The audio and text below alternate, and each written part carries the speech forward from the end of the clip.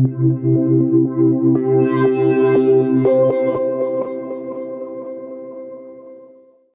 Pluralistic Universe by William James. Lecture 8. Conclusion. At the close of my last lecture, I referred to the existence of religious experiences of a specific nature. I must now explain just what I mean by such a claim. Briefly, the facts I have in mind may all be described as experiences of an unexpected life succeeding upon death. By this, I don't mean immortality or the death of the body. I mean the death-like termination of certain mental processes within the individual's experience, processes that run to failure, and in some individuals at least, eventuate in despair. Just as romantic love seems a comparatively recent literary invention, so these experiences of a life that supervenes upon despair seem to have played no great part in official theology till Luther's time. And possibly the best way to indicate their character will be to point to a certain contrast between the inner life of ourselves and of the ancient Greeks and Romans. Mr. Chesterton, I think, says somewhere that the Greeks and Romans, in all that concerned their moral life, were an extraordinarily solemn set of folks. The Athenians thought that the very gods must admire the rectitude of Phocion and Aristides, and those gentlemen themselves were apparently of much the same opinion. Cato's veracity was so impeccable that the extremest incredulity a Roman could express of anything was to say, "I would not believe it even if Cato had told me." Good was good, and bad was bad for these people. Hypocrisy, which church Christianity brought in, hardly existed. The naturalistic system held firm. Its values showed no hollowness and brooked no irony. The individual, if virtuous enough, could meet all possible requirements. The pagan pride had never crumbled. Luther was the first moralist who broke with any effectiveness through the crust of all this naturalistic self-sufficiency, thinking, and possibly he was right, that St. Paul had done it already. Religious experience of the Lutheran type brings all our naturalistic standards to bankruptcy. You are strong only by being weak, it shows. You cannot live on pride or self-sufficingness. There is a light in which all the naturally founded and currently accepted distinctions, excellences, and safeguards of our characters appear as utter childishness. Sincerely to give up one's conceit or hope of being good in one's own right is the only door to the universe's deeper reaches.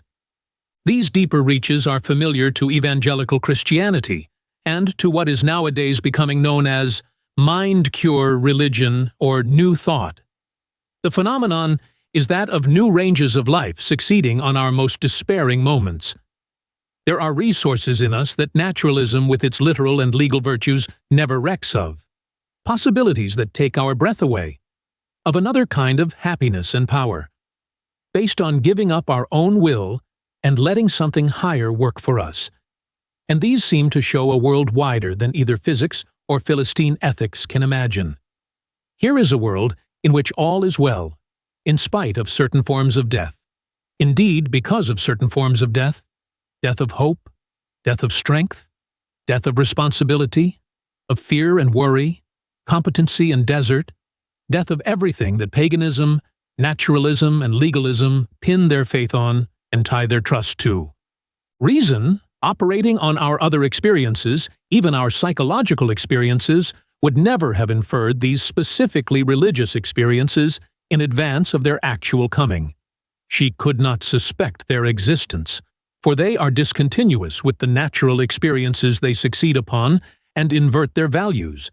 But as they actually come and are given, creation widens to the view of their recipients. They suggest that our natural experience, our strictly moralistic and prudential experience, may be only a fragment of real human experience. They soften nature's outlines and open out the strangest possibilities and perspectives.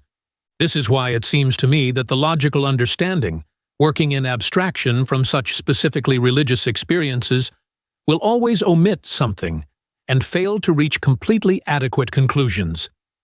Death and failure, it will always say, are death and failure simply, and can never more be one with life. So religious experience, peculiarly so called, needs, in my opinion, to be carefully considered and interpreted by everyone who aspires to reason out a more complete philosophy. The sort of belief that religious experience of this type naturally engenders in those who have it is fully in accord with Fechner's theories. To quote words which I have used elsewhere, the believer finds that the tenderer parts of his personal life are continuous, with a more of the same quality which is operative in the universe outside of him and which he can keep in working touch with, and in a fashion get on board of and save himself, when all his lower being has gone to pieces in the wreck. In a word, the believer is continuous, to his own consciousness, at any rate, with a wider self from which saving experiences flow in. Those who have such experiences distinctly enough and often enough to live in the light of them remain quite unmoved by criticism, from whatever quarter it may come, be it academic or scientific, or be it merely the voice of logical common sense. They have had their vision, and they know, that is enough, that we inhabit an invisible spiritual environment from which help comes, our soul being mysteriously one with a larger soul whose instruments we are. One may therefore plead, I think, that Fechner's ideas are not without direct empirical verification. There is at any rate one side of life which would be easily explicable if those ideas were true, but of which there appears no clear explanation, so long as we assume either with naturalism that human consciousness is the highest consciousness there is, or with dualistic theism that there is a higher mind in the cosmos, but that it is discontinuous with our own. It has always been a matter of surprise with me that philosophers of the absolute should have shown so little interest in this department of life, and so seldom put its phenomena in evidence, even when it seemed obvious that personal experience of some kind must have made their confidence in their own vision so strong. The logician's bias has always been too much with them. They have preferred the thinner to the thicker method, dialectical abstraction being so much more dignified and academic than the confused and unwholesome facts of personal biography. In spite of rationalism's disdain for the particular, the personal, and the unwholesome, the drift of all the evidence we have seems to me to sweep us very strongly towards the belief in some form of superhuman life with which we may, unknown to ourselves, be co-conscious. We may be in the universe as dogs and cats are in our libraries, seeing the books and hearing the conversation, but having no inkling of the meaning of it all. The intellectualist objections to this fall away when the authority of intellectualist logic is undermined by criticism, and then the positive empirical evidence remains. The analogies with ordinary psychology, and with the facts of pathology, with those of psychical research, so-called, and with those of religious experience, establish, when taken together, a decidedly formidable probability in favor of a general view of the world almost identical with Fechner's. The outlines of the superhuman consciousness thus made probable must remain, however, very vague, and the number of functionally distinct selves it comports and carries has to be left entirely problematic. It may be polytheistically or it may be monotheistically conceived of. Fechner, with his distinct earth soul functioning as our guardian angel, seems to me clearly polytheistic, but the word polytheism usually gives offense, so perhaps it is better not to use it. Only one thing is certain, and that is the result of our criticism of the absolute. The only way to escape from the paradoxes and perplexities that a consistently thought-out monistic universe suffers from, as from a species of auto-intoxication, the mystery of the fall, namely, of reality lapsing into appearance, truth into error, perfection into imperfection, of evil, in short, the mystery of universal determinism, of the block universe eternal and without a history, etc. The only way of escape, I say, from all this is to be frankly pluralistic and assume that the superhuman consciousness, however vast it may be, has itself an external environment and consequently is finite. Present-day monism carefully repudiates complicity with Spinozistic monism, in that, it explains, the many get dissolved in the one and lost, whereas in the improved idealistic form they get preserved in all their manyness as the one's eternal object. The absolute itself is thus represented by absolutists as having a pluralistic object, But if even the absolute has to have a pluralistic vision, why should we ourselves hesitate to be pluralists on our own sole account? Why should we envelop our many with the one that brings so much poison in its train? The line of least resistance, then, as it seems to me, both in theology and in philosophy, is to accept, along with the superhuman consciousness, the notion that it is not all-embracing, the notion, in other words, that there is a God, but that he is finite, either in power or in knowledge, or in both at once. These, I need hardly tell you, are the terms in which common men have usually carried on their active commerce with God, and the monistic perfections that make the notion of him so paradoxical, practically and morally, are the colder addition of remote professorial minds operating in distana upon conceptual substitutes for him alone. Why cannot experience and reason meet on this common ground? Why cannot they compromise? May not the godlessness usually but needlessly associated with the philosophy of immediate experience give way to a theism now seen to follow directly from that experience more widely taken? And may not rationalism, satisfied with seeing her a priori proofs of God so effectively replaced by empirical evidence, abate something of her absolutist claims? Let God but have the least infinitesimal other of any kind beside him, and empiricism and rationalism might strike hands in a lasting treaty of peace. Both might then leave abstract thinness behind them, and seek together, as scientific men seek, by using all the analogies and data within reach, to build up the most probable approximate idea of what the divine consciousness concretely may be like. I venture to beg the younger Oxford idealists to consider seriously this alternative. Few men are as qualified by their intellectual gifts to reap the harvests that seem certain to anyone who, like Fechner and Bergson, will leave the thinner for the thicker path. Compromise and mediation are inseparable from the pluralistic philosophy. Only monistic dogmatism can say of any of its hypotheses, it is either that or nothing. Take it or leave it, just as it stands. The type of monism prevalent at Oxford has kept this steep and brittle attitude, partly through the proverbial academic preference for thin and elegant logical solutions, partly from a mistaken notion that the only solidly grounded basis for religion was along those lines. If Oxford men could be ignorant of anything, it might almost seem that they had remained ignorant of the great empirical movement towards a pluralistic panpsychic view of the universe, into which our own generation has been drawn, and which threatens to short-circuit their methods entirely and become their religious rival unless they are willing to make themselves its allies. Yet, wedded as they seem to be to the logical machinery and technical apparatus of absolutism, I cannot but believe that their fidelity to the religious ideal in general is deeper still.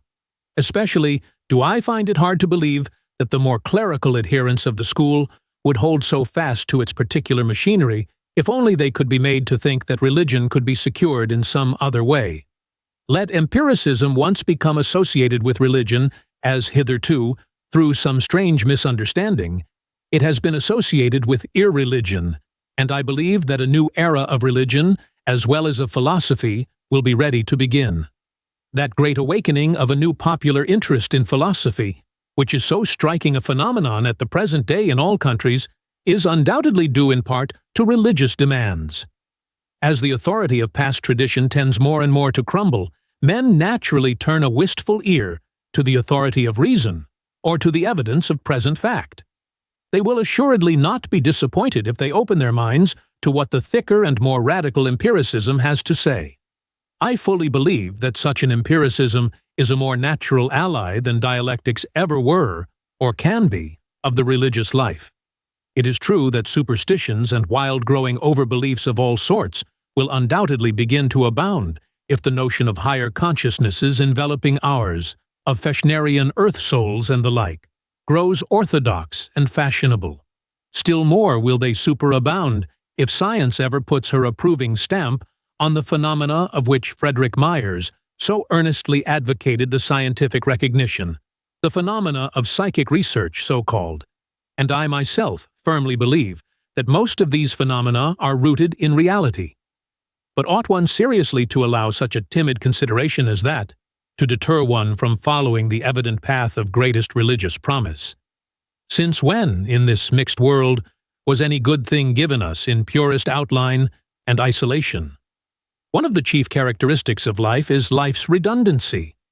The sole condition of our having anything, no matter what, is that we should have so much of it, that we are fortunate if we do not grow sick of the sight and sound of it altogether. Everything is smothered in the litter that is fated to accompany it. Without too much, you cannot have enough of anything. Lots of inferior books, lots of bad statues, lots of dull speeches, of tenth-rate men and women, as a condition of the few precious specimens in either kind being realized. The gold dust comes to birth with the quartz sand all around it, and this is as much a condition of religion as of any other excellent possession. There must be extrication, there must be competition for survival, but the clay matrix and the noble gem must first come into being unsifted. Once extricated, the gem can be examined separately, conceptualized, defined, and insulated. But this process of extrication cannot be short-circuited, or, if it is, you get the thin inferior abstractions which we have seen, either the hollow unreal God of scholastic theology, or the unintelligible pantheistic monster, instead of the more living divine reality with which it appears certain that empirical methods tend to connect men in imagination. Arrived at this point, I ask you to go back to my first lecture and remember, if you can, what I quoted there from your own Professor Jacks, what he said about the philosopher himself being taken up into the universe which he is accounting for. This is the Fechnerian as well as the Hegelian view, and thus our end rejoins harmoniously our beginning. Philosophies are intimate parts of the universe. They express something of its own thought of itself. A philosophy may indeed be a most momentous reaction of the universe upon itself. It may, as I said, possess and handle itself differently in consequence of us philosophers, with our theories, being here. It may trust itself or mistrust itself the more, and, by doing the one or the other, deserve more the trust or the mistrust. What mistrusts itself deserves mistrust. This is the philosophy of humanism in the widest sense. Our philosophies swell the current of being, add their character to it. They are part of all that we have met, of all that makes us be. As a French philosopher says, "Nous sommes du réel dans le réel." Our thoughts determine our acts, and our acts redetermine the previous nature of the world.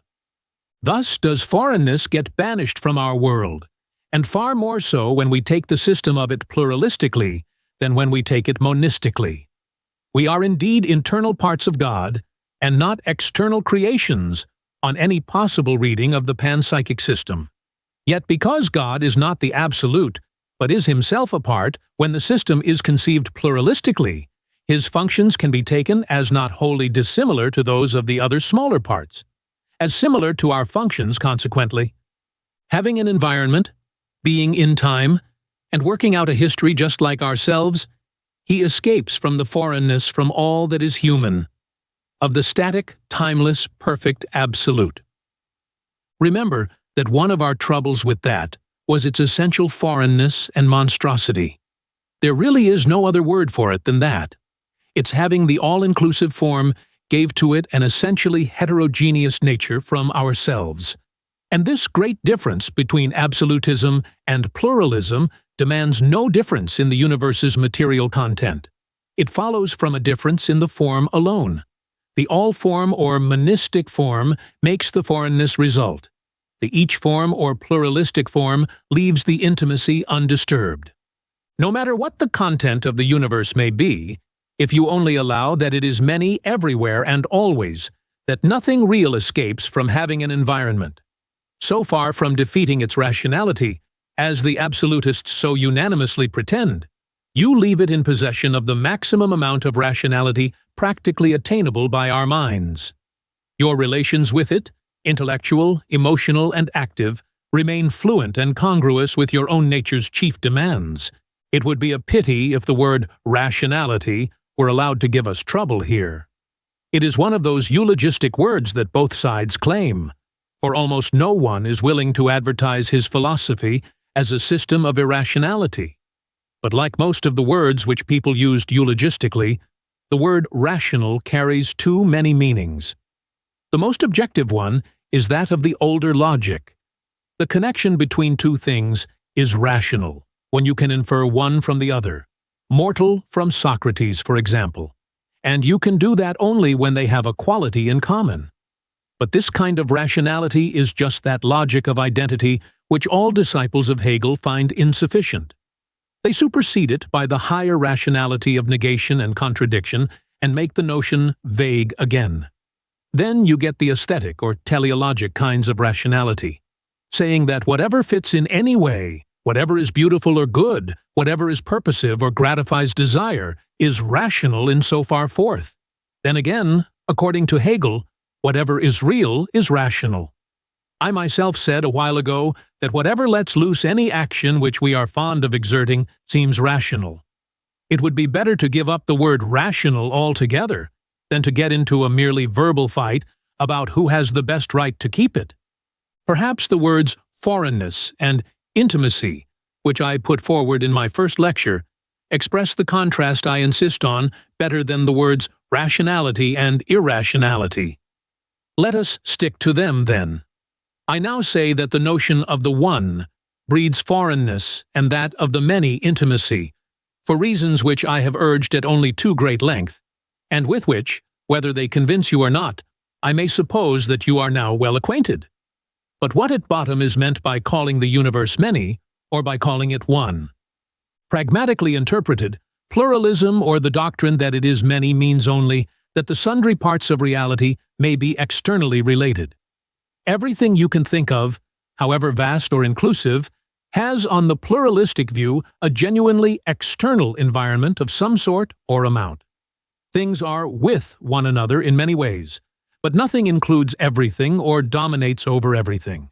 The word "and" trails along after every sentence. Something always escapes. Ever not quite has to be said of the best attempts made anywhere in the universe at attaining all-inclusiveness. The pluralistic world is thus more like a federal republic than like an empire or a kingdom.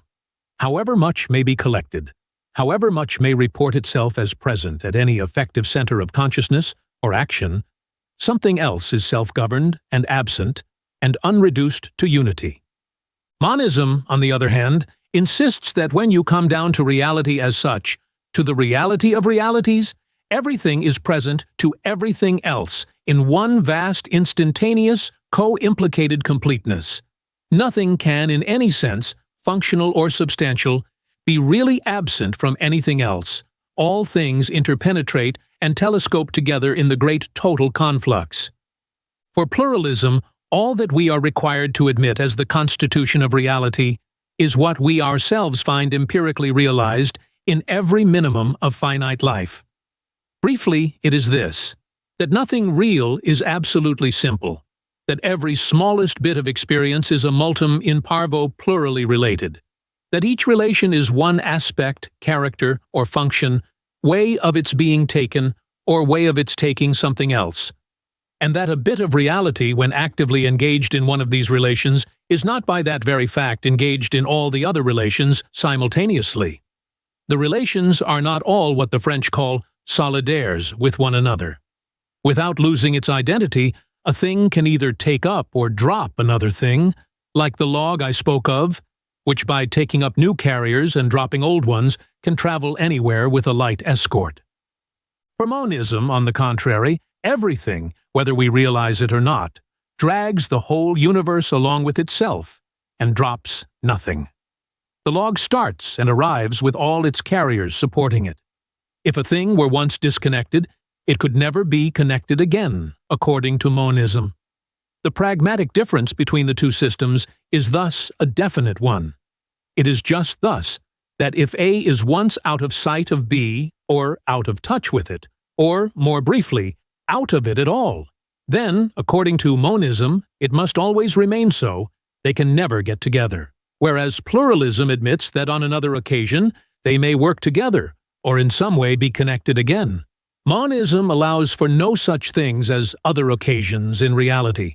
In real or absolute reality, that is. The difference I try to describe amounts, you see, to nothing more than the difference between what I formerly called the each form and the all form of reality. Pluralism lets things really exist, in the each form or distributively. Monism thinks that the all form or collective unit form is the only form that is rational. The all form allows of no taking up and dropping of connections, for in the all the parts are essentially and eternally co-implicated. In the each form, on the contrary, a thing may be connected by intermediary things with a thing with which it has no immediate or essential connection. It is thus at all times in many possible connections which are not necessarily actualized at the moment. They depend on which actual path of intermediation it may functionally strike into. The word or names a genuine reality. Thus, as I speak here, I may look ahead, or to the right, or to the left, and in either case, the intervening space and air and ether enable me to see the faces of a different portion of this audience. My being here is independent of any one set of these faces. If the each form be the eternal form of reality, no less than it is the form of temporal appearance, we still have a coherent world, and not an incarnate incoherence, as is charged by so many absolutists. Our multiverse still makes a universe. For every part, though it may not be in actual or immediate connection, is nevertheless in some possible or mediated connection, with every other part, however remote, through the fact that each part hangs together with its very next neighbors in inextricable interfusion. The type of union, it is true, is different here from the monistic type of Alleinheit. It is not a universal co-implication or integration of all things durcheinander. It is what I call the strung-along type, the type of continuity, contiguity, or concatenation. If you prefer Greek words, you may call it the syncretistic type. At all events, you see that it forms a definitely conceivable alternative to the through-and-through unity of all things at once, which is the type opposed to it by monism. You see also that it stands or falls with the notion I have taken such pains to defend, of the through-and-through union of adjacent minima of experience, of the confluence of every passing moment of concretely felt experience with its immediately next neighbors. The recognition of this fact of coalescence of next with next in concrete experience, so that all the insulating cuts we make there are artificial products of the conceptualizing faculty, is what distinguishes the empiricism, which I call radical, from the boogaboo empiricism of the traditional rationalist critics, which, rightly or wrongly, is accused of chopping up experience into atomistic sensations, incapable of union with one another until a purely intellectual principle has swooped down upon them from on high and folded them in its own conjunctive categories. Here, then, you have the plain alternative and the full mystery of the difference between pluralism and monism, as clearly as I can set it forth on this occasion. It packs up into a nutshell. Is the manyness in oneness that indubitably characterizes the world we inhabit a property only of the absolute whole of things, so that you must postulate that one enormous whole indivisibly as the prius of there being any many at all? In other words, start with the rationalistic block universe, entire, unmitigated, and complete. Or can the finite elements have their own aboriginal forms of manyness in oneness, and where they have no immediate oneness, still be continued into one another by intermediary terms, each one of these terms being one with its next neighbors, and yet the total oneness never getting absolutely complete? The alternative is definite. It seems to me, moreover, that the two horns of it make pragmatically different ethical appeals. At least they may do so to certain individuals. But if you consider the pluralistic horn to be intrinsically irrational, self-contradictory, and absurd, I can now say no more in its defense. Having done what I could in my earlier lectures to break the edge of the intellectualistic reductionis ad absurdum, I must leave the issue in your hands. Whatever I may say, each of you will be sure to take pluralism or leave it, just as your own sense of rationality moves and inclines. The only thing I emphatically insist upon is that it is a fully coordinate hypothesis with monism. This world may, in the last resort, be a block universe, but on the other hand, it may be a universe only strung along, not rounded in and closed. Reality may exist distributively, just as it sensibly seems to, after all. On that possibility I do insist. One's general vision of the probable usually decides such alternatives. They illustrate what I once wrote of as the will to believe. In some of my lectures at Harvard, I have spoken of what I call the faith ladder, as something quite different from the sorites of the logic books, yet seeming to have an analogous form. I think you will quickly recognize in yourselves, as I describe it, the mental process to which I give this name. A conception of the world arises in you somehow, no matter how.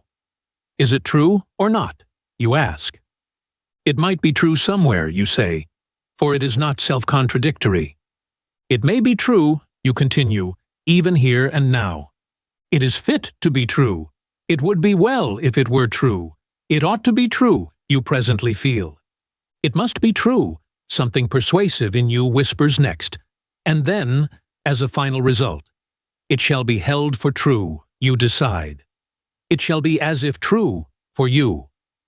And your acting thus may, in certain special cases, be a means of making it securely true in the end.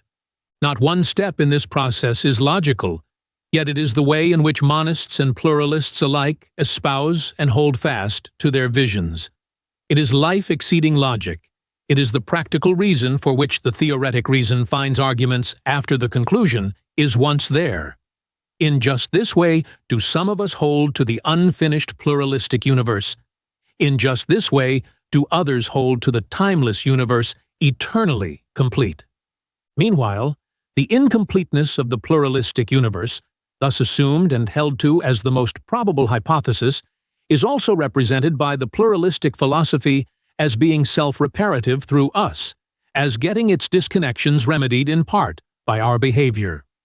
We use what we are and have to know, and what we know to be, and have still more.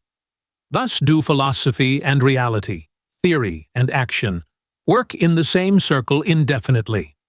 I have now finished these poor lectures, and as you look back on them, they doubtless seem rambling and inconclusive enough.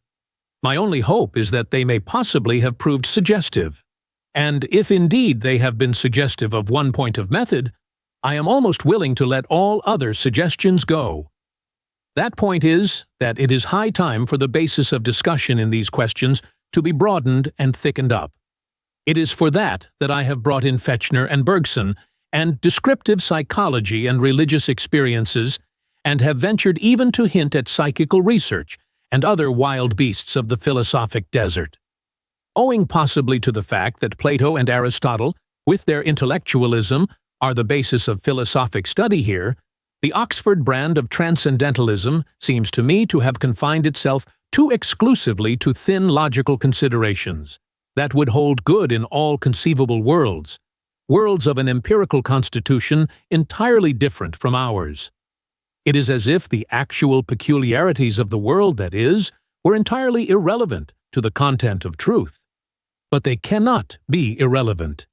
And the philosophy of the future must imitate the sciences in taking them more and more elaborately into account. I urge some of the younger members of this learned audience to lay this hint to heart. If you can do so effectively, making still more concrete advances upon the path which Fechner and Bergson have so enticingly opened up, if you can gather philosophic conclusions of any kind, monistic or pluralistic, from the particulars of life, I will say, as I now do say, with the cheerfulest of hearts, ring out my mournful rhymes, but ring the fuller minstrel in.